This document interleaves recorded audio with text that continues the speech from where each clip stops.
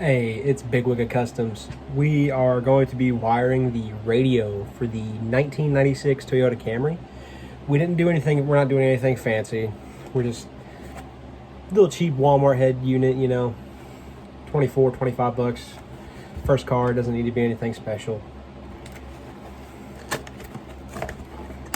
Plus, it's free for the person that I'm giving it to, so I wouldn't say no if somebody gave me a whole car with a system, painted it and shit, you know. I'd be happy with just the car. I'd be surprised. So, that's everything out of this box, I believe. Yep. Don't need that, don't need that. Don't need the bag. I'll pick that up later, don't worry. Turtles, no turtles are harmed in the making of this. This is the head unit. It's a shallow single bin head unit which does not play disc. She just uses her phone for everything. So don't have to worry about that. So this is the radio. Cheap little radio. It works like a normal radio. That's all there is to it. Nothing fancy, nothing special. Turns on, turns off, volume. We're gonna set that aside. And then we're going to open this bag, which comes in there. And then in that bag is the harness or wiring loom for the head unit itself. You're going to have all your wires here. Should be right here. These are going to be the primary wires. You're going to have your positive, you're going to have your ground, you're going to have your antenna or your remote wire. Then you're going to have your 12 volt ignition, that kind of stuff, which are going to be, sometimes these two will be combined together if the car doesn't have a specific wire for that. On this car, all the wires are going to be able to go to their own wire. None of the wires are going to have to be going in together. Sometimes you'll have a yellow, red, and orange wire for the illumination of some vehicles. So we're going to go ahead and these come pre-stripped, so we're just going to pop off these ends, leave that end on for when we actually go to do the subs. Pop, pop, pop, pop.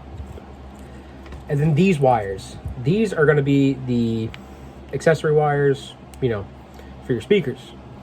Each of these speakers has its own polarity, which it pushes through. It depends on the vehicle itself, pushes on the head unit. Depends. There's a lot of variables in this. So we're gonna have all of these stripped. These are okay. Get you guys all ready here. These are ready. So then, if you are wiring your vehicle direct, make sure you do look up the correct manual online. You can find them. You'll know. It says the colors, what it goes to, that kind of stuff. But a lot of times you don't have to look up the wiring harnesses for these, even if you're wiring it hard.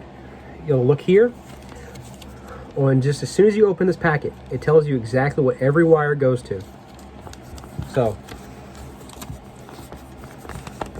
I don't need this. It's gone, whatever. So what we're gonna do is we're gonna take our wire strippers, set that aside, and then we're gonna hardwire this. So we're gonna use heat shrink, and we're also gonna use soldering iron. If you don't want to use a soldering iron, you can obviously splice them together, roll some electrical tape around it, or you could roll them around, twist them together, put some shrink wrap on before you twist it together, and then just shrink it down on there. Make sure, if you're doing this on a boat, obviously it's different. Why are you watching my videos if you're doing this for a boat? And then you're gonna come in here and just start stripping. Sadly, you're not getting paid for this. I know, right? Cheap shit. Alrighty. Gonna pop all those off. So there's just two sets of wires on this one connector. Sometimes you'll have a single connector, which has all your wires. Oh, my apologies. You'll have a single connector, or you'll have two connectors. A lot of times with two connectors, it's usually on things such as Camrys, Toyotas, Nissans, those kind of things. In the back, they have the rear trunk speakers, which have a different output. These go to those normally. You'll come in here, And like I said before, you're going to have a red, a yellow, and a solid black wire. These are going to be your primaries. Make sure these are stripped correct, just good enough. Don't have to be pretty, don't have to be perfect, just good enough. Don't half-ass it. You know, if you want it to look good, make it look good. No harm in that. Strip. And then we're going to come over here to this black wire, the ground, and strip. Okay, so that's our primary wires, a speaker wire. We have 3 more speaker wires. These are usually going to be for your left front, your right front, 2-door speakers. If you have 2 connectors and you have, say, a pickup truck, an SUV, or a vehicle with rear door speakers, there probably will be more wires. If there's 6 speakers, there's going to be 12 wires. There's 2 wires per speaker in the vehicle.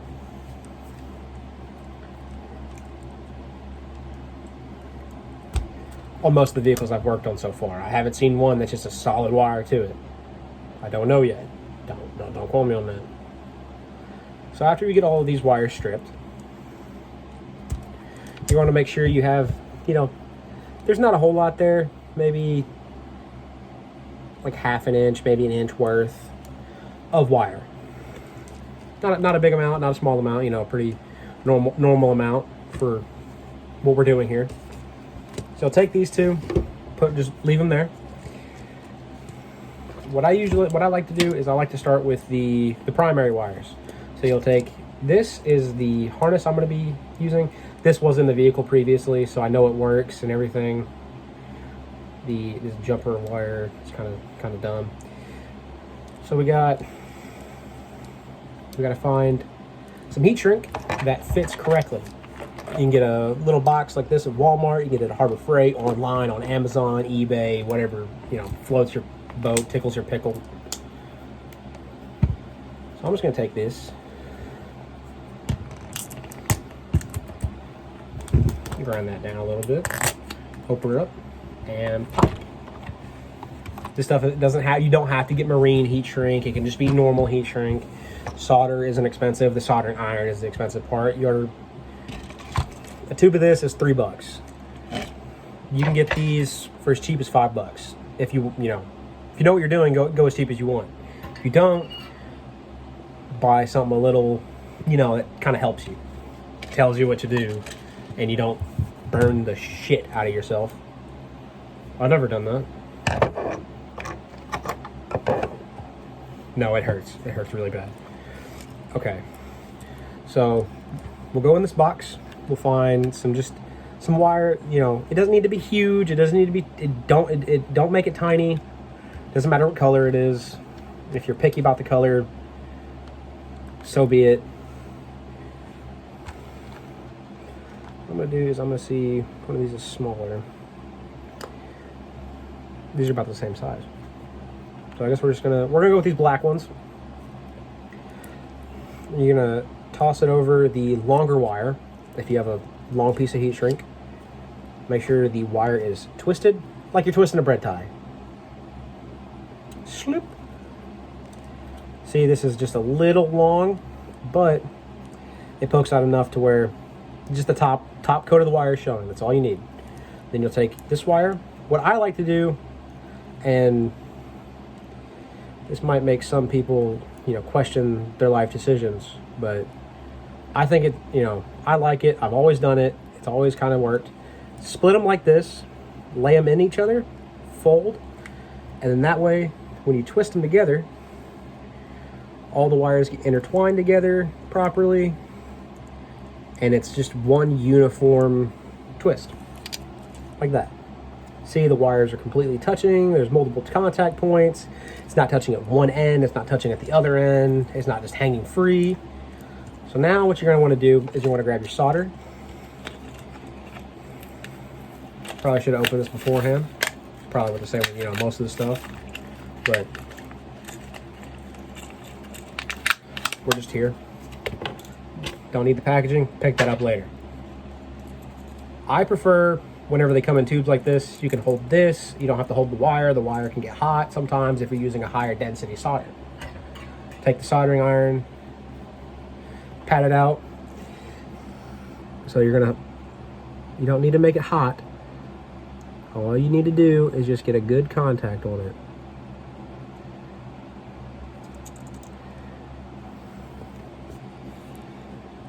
So you'll bring it up and then just burn it. You'll know if you're working, if you're doing it right or not. It's pretty hard to not do this right. All right. And don't breathe. Try not to breathe this in. It don't smell good. Don't smell good. It don't taste good. Don't do none of that. It's bad for you. It's bad for your health. Uh-oh.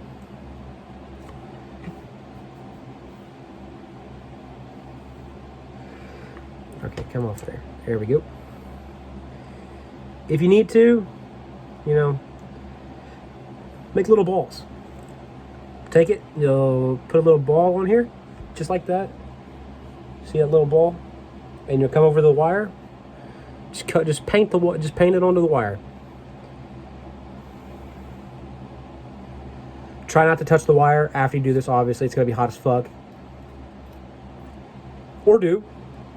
I'm not the boss of you. If you want to fuck around and find out, let's fuck around and find out on your own behalf. This is hot. You can't really feel this other one. Yeah, I think it just stabbed me. Yeah, it just poked me. It just poked me, that was all. Just being dramatic. All good in the hood. Okay. I fucked up. So be careful when you're soldering it onto something, because you might fuck up the heat shrink. I gotta find a knife.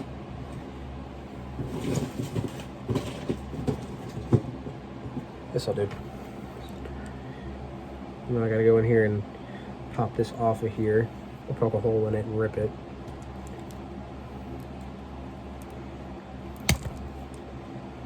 There we go. Just bust it free.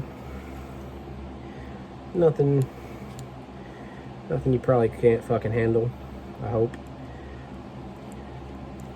And you're just gonna try to get these wires together now. I'll be right back. All right, that was my own dumbass mistake there. So you got two options. You got three, maybe more. Some more questionable options for the applying the heat shrink. So what I'll do is I'll show you the next solder. All right, this one was kind of I messed this one up a little bit. It looks good. It's just the heat shrink shrunk on it, so I had to rip it. And you can apply it with a lighter. Be very careful if you're using a lighter. Obviously, all of these are high heat applications. Or what you can do is you take the soldering iron. Just be careful. Don't burn yourself. And you can just run it along. Just run it along it. Just take your time. Don't be in a rush. If you rush, you might fuck it up. You fuck it up. If you fuck it up, you're going to need a new one. It's going to cost you more money. Or you're just going to take more time out of your day. You're going to have to fix it. Just take it. It's gonna everything. All of this makes a horrible burning smell. So please do this in a well-ventilated area. I like to get the ends, make sure the ends are tucked in. Just makes it look pretty, makes it look nice. This is tucked in behind the dash. So like I said, you could just use electrical tape and twist it all together, smack it on back here. I'm doing this because it's probably going to be more of a permanent. It's going to be permanent in the vehicle until the vehicle just blows up or gets a new one, those kind of things.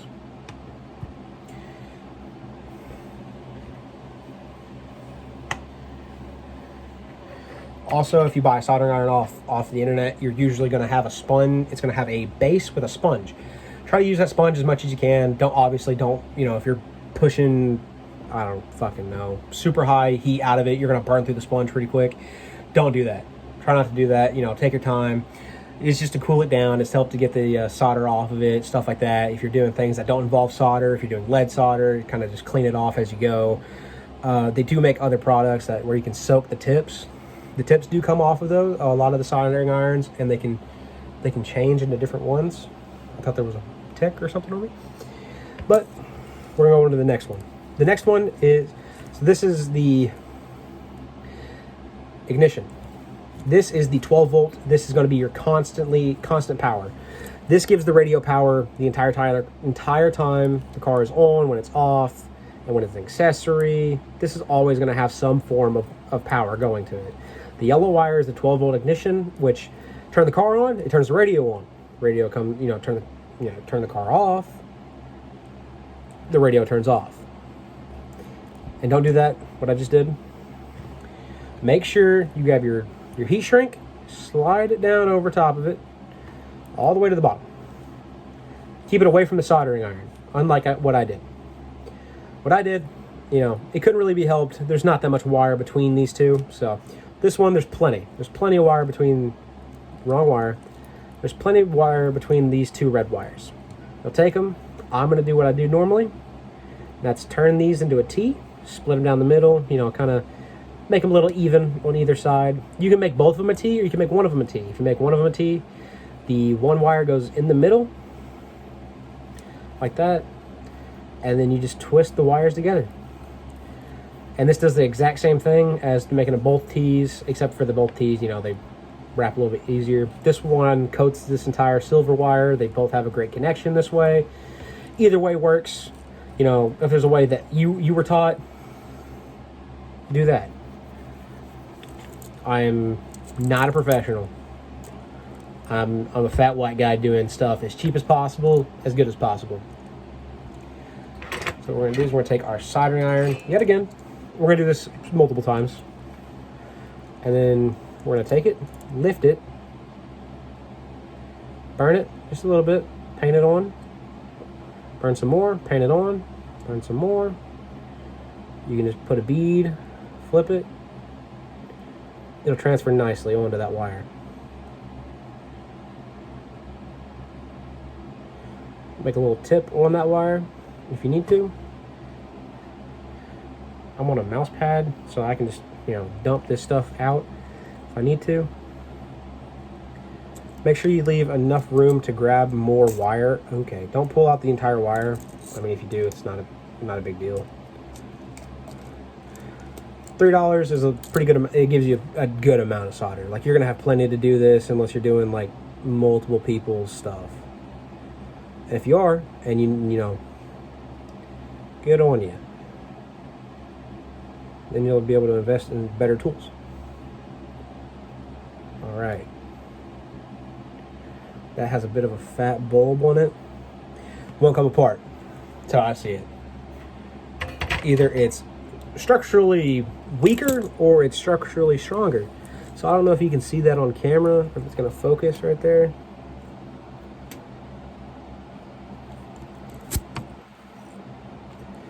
Probably won't focus, but it does not look pretty.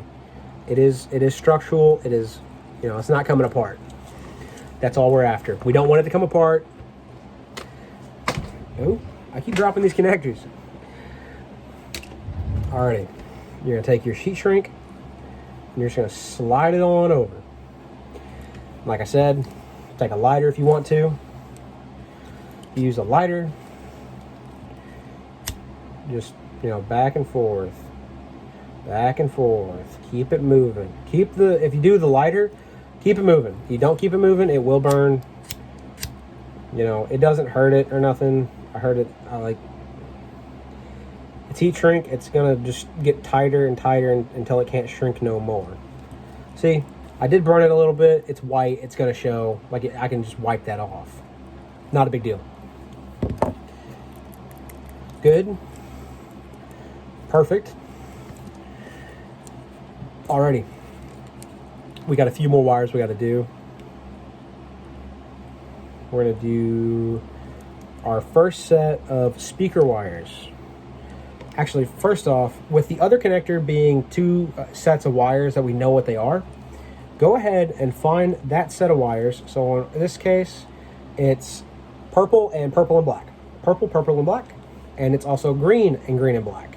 Green with a black stripe. You know, purple with purple and a black stripe. Just take those, bend them out of your way. Now that leaves us with our antenna wire. That leaves us with our antenna wire and our ground wire. We're going to do our ground wire instead, actually. I forgot about that. The ground wire, if you don't do this one right, your radio won't turn on. It's the same with the red one, the yellow one. If you don't do any of these right, something's not going to work. You're going to know. So, you know, if you're not comfortable enough to just solder all this together in your bedroom or outside in the garage and then smack it on in there, don't do it. Unless you're plenty of time, you're a patient person and you just want to try it, I can't stop you. I'm not your dad. I'm not your mom. We're going to twist these two together after putting that heat shrink on there. And then I'm going to get this one together and the rest of the wires together, and I'll be right back with you. Okay, all the wires are put together now. They are all... Here's the one connector with speaker wires, another connector with speaker wires. All of them are... You know, everything's good. So, what you would do is plug these in to the harness behind your dash. After you pull out your old radio, it'll be the plug that plugged into that. You'll plug these into the plugs that came out of there. You'll take this end of the plug, and you'll locate the plug on the back of your new radio. You'll take it, and you'll just plug it right in. Then after that, oh, I didn't plug it in.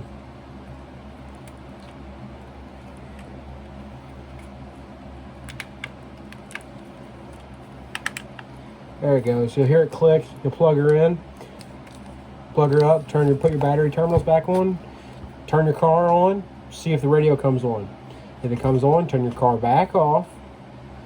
If the radio stays on, turn the radio off. Unless lights in your car are staying on as well. If there is, it means you wired your 12-volt constant with your illumination or your ignition. If you wire those two together, your light, it'll continue to feed the circuit, and you'll just have a continuous stream of power running to the vehicle even when the vehicle is off. So make sure all that stuff is hooked up right. That's all for this video. I'll probably be making more here shortly. If you check out the first video, this is probably going to be the second one I upload probably. We'll be getting that car painted here very, very soon.